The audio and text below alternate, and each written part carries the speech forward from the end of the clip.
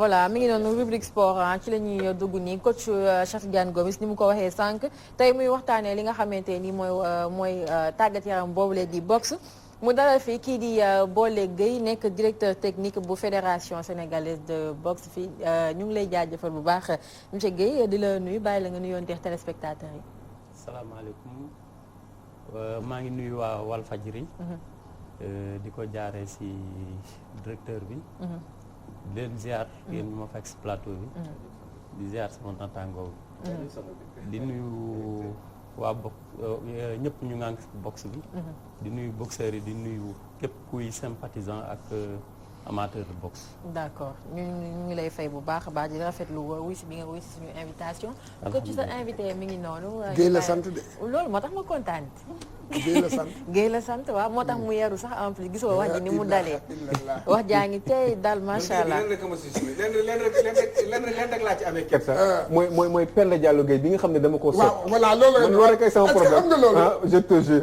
Penda Diallo Guèye ak jëkkëram ma koy nuyu au passage président Adama Guèye kese mooy sama problème. président Adama Guèye loolu rek man loolu rek ma métti. Guèye boobu rek loolu moo ma métti. kese ma si jaxal. waaw looloo ma métti. waaye muñ rek muñ. vraiment Adama Guèye. muñ leen président Adama na fi ba nekk fi nawle Penda Diallo. waaw loolu la rek. non de toute façon daal man moom dama xaar ba ndekki bi jeex ma doo wuñu. te dafa mel ni fi. di nga ndekki de di nga ndekki léegi incha allah. non suñu ndekki bi nag nañ nga ko fi bàyyil quoi. non da ngay ndekki léegi incha allah. ay ci coach ñu daal voilà jërëjëf merci di gërëm Bollé Gueye. ci maanaam invitation bi mu nangu ñëw toog ak waxtaan ak Sénégal. ci discipline sànq maa ngi leen ko doon wax xam nga Sénégal un peu rek ma def benn historique bu ndaw rek.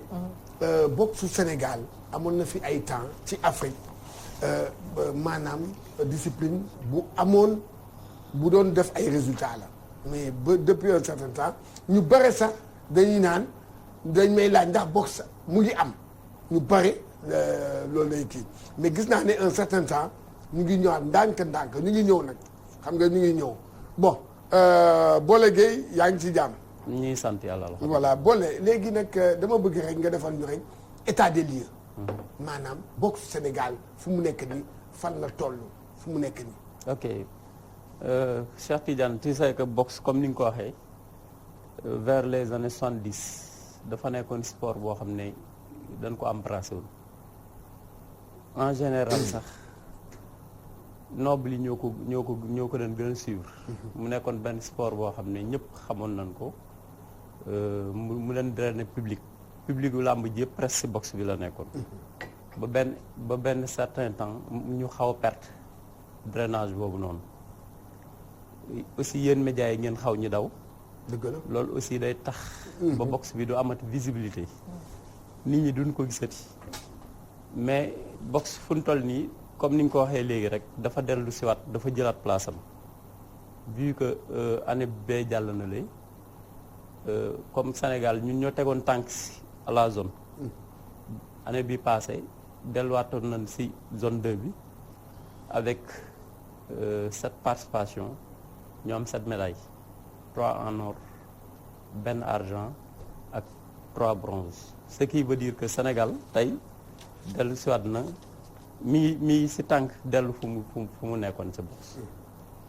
voilà léegi fu mu nekk nii xam nga lan la Sénégalais yi di wax mooy tey ji yow Bollé bu ma la newoon waaw yéen ndax dina am ay combat de boxe fii Sénégal am na championnat est-ce que am na championnat boo xam ne comme championnat du Sénégal basket football est-ce que boxe tey ji am na loolu ak fan la foo leen koy defee. non championnat moom gëj nañ ko def. au niveau national championnat national gëj nañ ko def mais c'était prévu cette année ñu def championnat régional ak national aussi dina am ay gala nag am na ay gala yuy am un peu partout ñu ngi koy décentraliser au niveau de Pikine des Parcelles Assainies ñun récemment tëgg nañ fa ay gala yoo xam ne sax Modou Lo lañ ko parrainé woon mi ngi fo ñëwoon na moom mu drainer monde am na ay gala yoo xam ne décentralisé nañ ko tamit au niveau de Louga de Thiès de Mbour aussi dinañ tëgg lu bëri au niveau de stadium Iba Mar Diop actuellement daal ñu ngi siy liggéeyaat daal ñu ngi liggéeyaat ñu ngi teg ay jéego yu mag a mag waaw léegi championnat amul kon xanaa ci gala yi ngeen defee seen ay présélection pour équipe nationale. voilà foofu ngeen koy defee. waaw si gala yi la ñuy. ci yan barème naka ngeen koy kon daal ci gala xam nga gala day am fii am fii mais léegi yow en tant que technicien dégg nga yéen noo leen di def ba sélectionner nit xanaa kon ku gagné gala fii nga jël ko ku gagné fii wala loolu nooy koy defee. voilà noonu lay demee parce que xam nga loo gis rek day am stratégie comme amuñu moyen amuñu woon moyen sax pour def ay championnat régional ak national dañ def stratégie dañ doon organiser affaire bi stratégiquement c'est-à-dire dañ doon xool exemple catégorie 69 kilos bu na amee ay compétition ñu dugal si ñi nga xam ne am nañ si ñoom yaakaar les vainqueurs dinañ fexe ba nu daje ba nu xam le meilleur de sa catégorie moom moo doon représenté en général de Sénégal.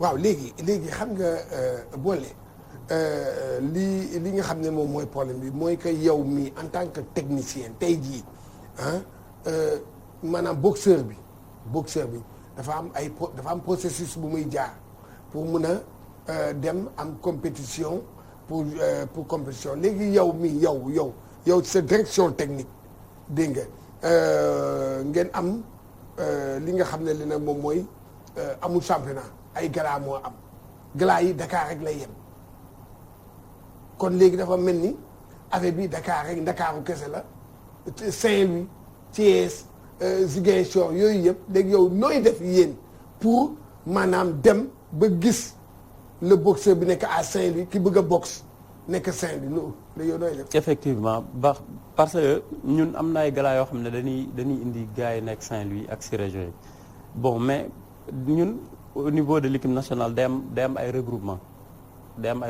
yoo xam ne sont des regroupements externes ak internes de ce fait dañuy jël les meilleurs boxeurs comme si gala yi dañuy détecter ay boxeurs dinañ woo ñi nga xam ne am nañ si ñoom yaakaar dina am sax ñuy jóge si région yi si biir regroupement bi nag day am ay test de sélection si base test de sélection yooyu si la ñuy copter suñuy boxeurs. voilà waaw léegi yow boole yow fu mu nekk nii yow sa liggéey yaa ngi koy def ni mu waxee wala. waaw ñi ngi siy góorgóorlu. yow laa wax man waxuma keneen yow laa wax maa ngi siy góorgóorlu. kon li yëpp yemb na am nga lépp tu as tous les moyens pour maanaam yoo nga kii. non amuñu moyens yëpp parce que boo xoolee tey Sénégal mooy organiser tournoi de qualification olympique. dinaa ci ñëw loolu moom dinaa ci ñëw. waaw voilà waaw ok. yow laa wax yow. amuñu moyens yëpp. amuñu moyens yëpp. léegi yow nooy def. nu may def. waaw wala yow amoo plan programme. si am naa plan programme mais avec les moyens de bord on essaie de gérer on essaie de gérer avec les moyens de bord parce que tey jii sport dafa toll foo xam ni bu amul public rek dañ lay xaw a bàyyi de côté mais alhamdulilah ñun ñi ngi jéem a dem ak suñuy moyens de bord ba pare Sénégal day dem au niveau international di si génn kon ñi ngi sant yàlla daal. voilà léegi ñu ñëw ci tournoi qualificatif Jeux olympiques yi Sénégal yow bi ngeen di yow bokk nga ci ñi d'accord ne Sénégal organisé d'accord nga si. non loolu du d'accord c'est-à-dire xam nga ñun dañ bokk si benn organisme bu ñuy wax association internationale de boxe amateur. waaw mais du ñoom sax ñoo organiser tournoi de qualification bi.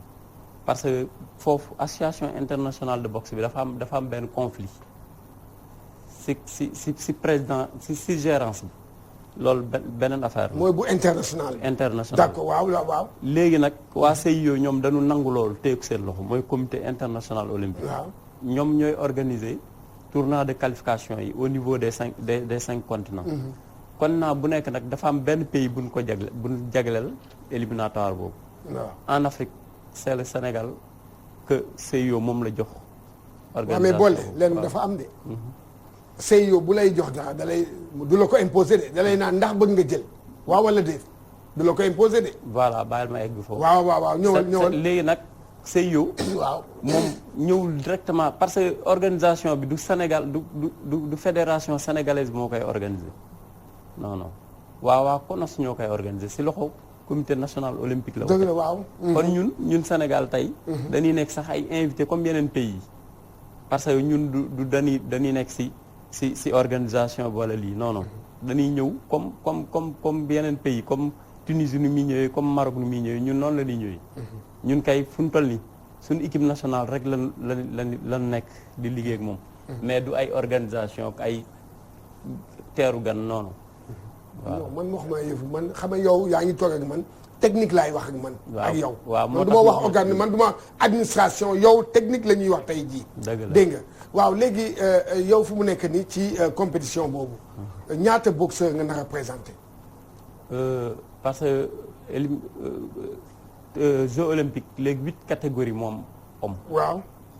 dinañ présenter 8 catégories homme ak 2 catégories dames. yow Sénégal ah. waaw Sénégal waaw. ban chance la Sénégal am pour qualifier. voilà Sénégal am na ay chance yu mag.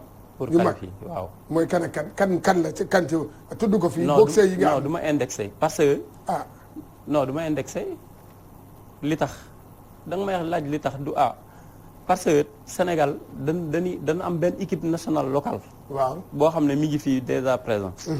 léegi dina am ay boxeurs yu jóge si diaspora bi dina am 10 boxeurs si ay catégories différents yu jóge si diaspora bi. yoo Sénégal la ñuy boxal. Sénégal la ñuy boxal. waaw dañuy ñëw fii. dajeeg suñu équipe nationale locale bi. les meilleurs seront sélectionnés kon man mënuma indexé. kon léegi yow dafa góo maanaam sélectionné goo groupe bi di njaga dem ci tournoi bi. non non dina am benn tournoi voilà. de sélection nationale fii du 1er au 4 février. boo xam ne am na ay boxeurs yoo xam ne. ñi ngi woon fii yoroon naa leen équipe nationale ñenn ñi ngi Angleterre ñenn ñi ngi Ukraine ñenn ñi ngi États-Unis ñenn ñi ngi France di leen ñëw fii 10 boxeurs ren bu ñu ñëwee dajeeg ñooñu si benn tournoi pour ñu mën a détecter équipe nationale. est-ce que ñooñu nekk bitim réew yow yaa ngi leen di suivre di jël ay notes xam yépp ku ci nekk est-ce que yaa ngi koy def. ñoom ñëpp dañ leen archiver. non dama ne yow laa wax. man mais bu ma ne man kay mooy ñun mooy yow mooy keneen. mooy déet man Sénégal bokkuma boxe de. yow yaa nekk boxe d'accord moo tax nga invité ma. waaw mais dama ne ñooñu ñëpp ñu ngi leen di suivre ñu ngi leen archiver am nañ seen récemment rek Matar Samb il va venir moom mooy détenteur titre WBU mooy jógee Angleterre. 63 kilos. waaw voilà. léegi man li ma ko bëggoon laaj coach mooy wax nga équipe nationale déjà man sax xamoo ne que ne équipe nationale boxe am na mais ñoom ci yan salle la ñuy entraîner fii nii ci Sénégal. non Sénégal bëri na ay salle. bëri na ay salle. waaw parce que gox boo dem rek. da nga fay fekk salle fii Liberté 6 fii am na Leclerc Asphalt. militaires yi ñu ngi fii. tout près. d'accord parce que li tax xamu leen ko parce que toppatul leen ni. bon en fait li tax ma laaj la si yan salle la ñuy entraîner coach da nga fay mës a invité dama fàtte turam mais ministère des sports la nekk ëpp na at sax ah. Cheikh Tidiane voilà. waaw mu ne woon que arène nationale am na fa salle pour boxe boo xamante nii ñi di def boxe mën nañ fa di fa defee seen i ay compétition est-ce que arène nationale boobu noonu yéen am ngeen fa accès pour di fa def seen i ay entraînement. foofu salle équipe nationale la c'est-à-dire nekkagul sax à notre disposition loolu moo tax nekkagul à notre disposition mais nag c'est prévu une salle d'entraînement pour l'équipe nationale. D'accord mais nag joxaguñ ñu ngay xaar. laajte ngeen. non loolu lu am na. laajte ngeen. laajte comme pour ñu jox leen. pour ñu jox leen non ñoom ñoo ñu ko wax. dañuy xaar ñu jox ñu ko. mais yéen soxlawu leen ko xanaa soxlawu leen amuñu soxla. defu leen demande bi defu leen demande bi ne ñun salle bi ngeen wax ne moo nekk fële jox leen ñu ko. xam nga loolu yëpp day am tamit. waaw am na kuy gérer stade bi. waaw léegi yéen xam nga comme noonu la rek. ne man de salle bi de comme que lii salle de boxe nga ngeen wax. léegi ñun de ñun waaw est-ce que yow directeur technique wax nga ko sa président pour ñu def demande bi. kon sama président Thierno Seydou. waaw Ba le colonel mi ngi lay dégg. waaw dañuy xam nga ma xam naa ko. kon moom kon dina def demande bi. encore mosu leen def demande. encore mosu leen def demande. non man loolu moom wax dama ne. waaw. dañ ñu wax ne. am nañ benn salle boo xam ne bu dee c'est disponible. dinañ ko jox la boxe. mais lan mooy disponible salle pour loolu donc c'est disponible. su prêt kon parewul ni. non xaw ma moom kay dafa ne woon pare na en fait Voilà. man jàpp naa ne nekkul sax ñoom ñoo war a def demande bi du moment où ñoom nee nañ tabax nañ ko am na fa salle bu disponible pour waa box kañ ñoom ñoo leen ko war a jox ñoom ñu non koy mais def c'est que dëgg kii bu dee lu normal. Sénégal fii dara normal. ñoom ni ñuy doxalee. Sénégal ko acca léegi yow arena. arena. xam nga arena pour basket la. mais pour fédération basket compétition day def demande. c'est ça. day def demande. D'accord. c'est que li nga wax dëgg la c'est pas normal. dans les normes bi mu paree dañu waxoon ne box. seen salle am leen seen salle. Voilà. mais defuñu ko mais nag ñoom lu ñuy xaar dañuy naan léegi dafal demande. léegi nag kon loolu léegi ma ñëwaat ci tournoi qualificatif bi xanaa doo kii dafa am benn sorte bu mu def président mu ne journaliste yi assuré wu ma kenn ne que Sénégal dina qualifié ci tournoi qualificatif yi yow partagé wu idée boobu. kii non xam nga sànq da nga ma waxoon ne yow doo wax ci administration. non bàyyi ma répondre. waaw da nga ma wax doo wax ci administration. waaw da ngay wax ci technique. waaw. kon moom lu muy wax noonu il ne le maîtrise pas. c'est un président.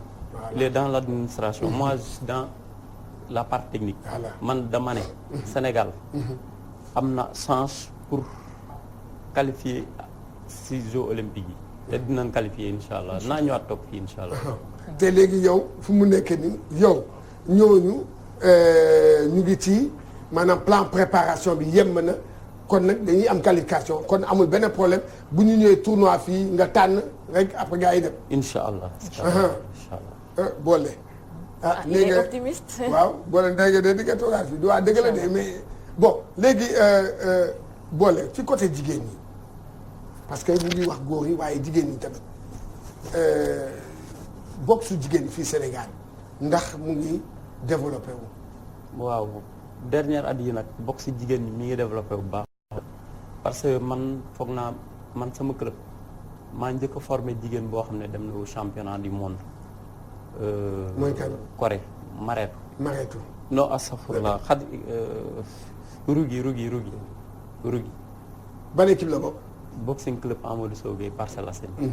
man maa njëkk formé jigéen mu dem au championnat du monde mais tey nag jigéen ñi teg nañ yeneen paax parce que am na yeneen jigéen ñoo xam ne ñi ngi fi di def satisfaction yi max box. ku mel ni Maret ku mel ni aussi Khadija Timbera moom français yi jóge di ñëw di rejoindre équipe bi chaque fois. waaw léegi lan moo yow en tant que technicien championnat moom mooy base mooy indication bi mooy indiquer que suñu boxe fii la toll ndax nii lan moo tax ba léegi mënugul am championnat régional wala championnat national. non loolu moom mën naa la wax ne faute administration bi la parce que ay sponsor duñ ñëw fekk si la mais yow yaa leen fekk ji. médias yi aussi yow yaa leen di convaincre. merci parce que tey boxe dafa nekk sport boo xam ne sport bu ñu bëgg la ñëpp bëgg nañu ko. mais il faut nga gis ko nit lu mu gisul mënu ko bëgg il faut nga wane ko jaay sa produit gars yi gis ko sponsor yi daw sa ginnaaw.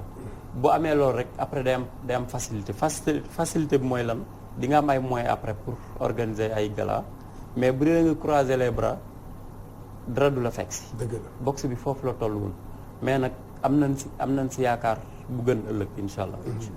yow di ngay faral di dem comme suñu champion bi nekk Angleterre yooyu ngay dem di leen di xoole di superviser di def tour di dem di est-ce que yooyu di ko depuis bi ñu la falee est-ce que def nga ko ak kañ nga ko def. non man récemment lan ma fal yàggul mais. ñaata mois nga def.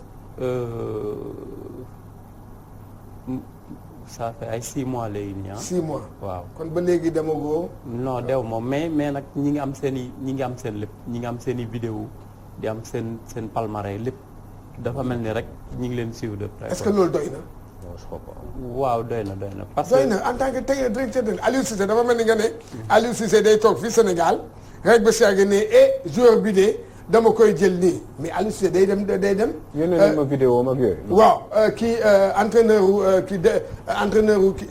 yooyu entraîneur dañuy dem seeti di wër di xool loolu la kon léegi yow da nga naka toog. yow ni nga ko naka jàppee rek toog ñu envoyé la vidéo rek ba saa nga ne waa ni ou bien dégg ci média yi ñu ne diw de moo nekk champion fii ci yow foofu rek mooy loolu voilà léegi ñun xam nga Sénégal mosul am sax ay boxeurs expatriés ñëw fii de boxe mosul am c'est la première fois ñu am idée boobu ba tax na affaire bi xat na ce sera du je crois le du 20 au 29 loolu ñëw na dans un mois ñun amuñu jot wala nii sax période yi du période yoo xam ne booy dañuy compétir bu baax mais tey képp koo jël livre xool ay combaam xool palmarèm di nga xam kii di nga mën a situer après boxeur boobu mu des nag mu ñëw nga testé ko mu fekk fii ki nga xam ne moom la tollool catégorie fii au niveau local nga testé ko pour xam ay capacité bu doon sa sago yow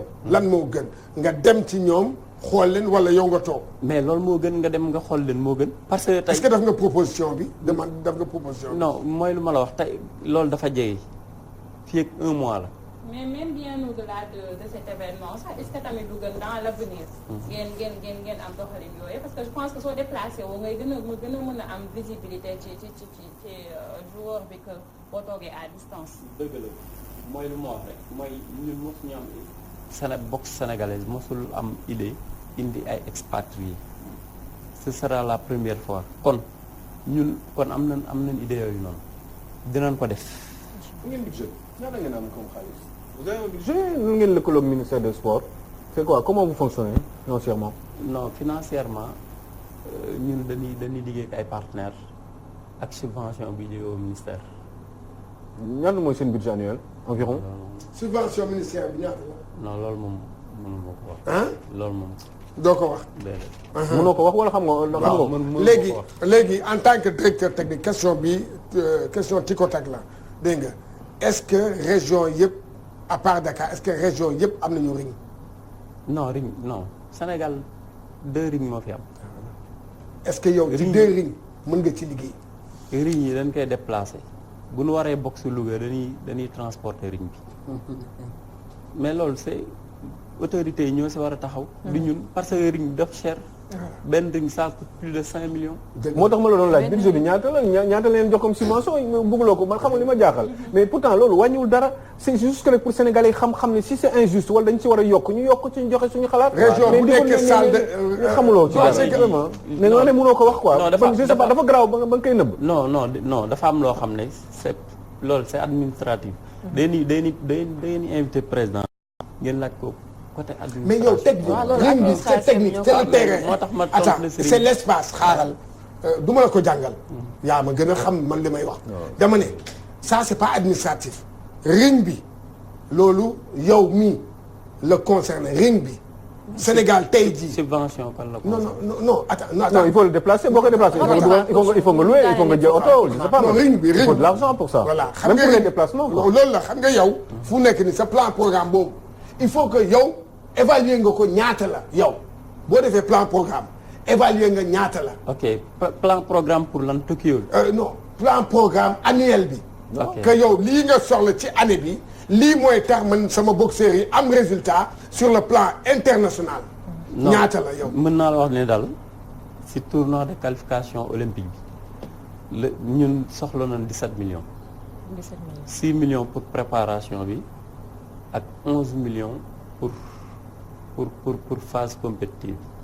soxla ngeen ko mais am ngeen ko am ngeen ci yaakaar subvention yi ñaata la am nañ subvention yi moom xam naa ne jot ngeen ko jot ngeen moom du ko mën a wax fii parce que mbirum administration la ko ci waxtu bi daf ñoo daal di dëpp sa waxtu bi moo ngi dem ko ci daal di la donc bàyyi nag voilà boole bon xanaa boole waa ñu ngi koy remercier moom mu sa tàggoo dernier mot par rapidement rapport ak boxe bi ak Tokyo yi ngeen nekki waaw may lancer beneen appel di wax ministre sport Matar Ba mu gën ñu jàppale quoi. parce que aussi. ah ok kon ça ne suffit pas j'ai compris kon doyul en fait. parce que boxe soxla na ko. te am nañ ay xale yoo xam ne am nañ talent. la preuve mooy dañuy génn di dem ci diaspora bi nekk fa ay champion d'Europe. nekk ay champion d'États-Unis nekk champion ci gox yu ne te fii la leen di former ci club yi fii. d'accord kon soxla nañ compétition bu bëri.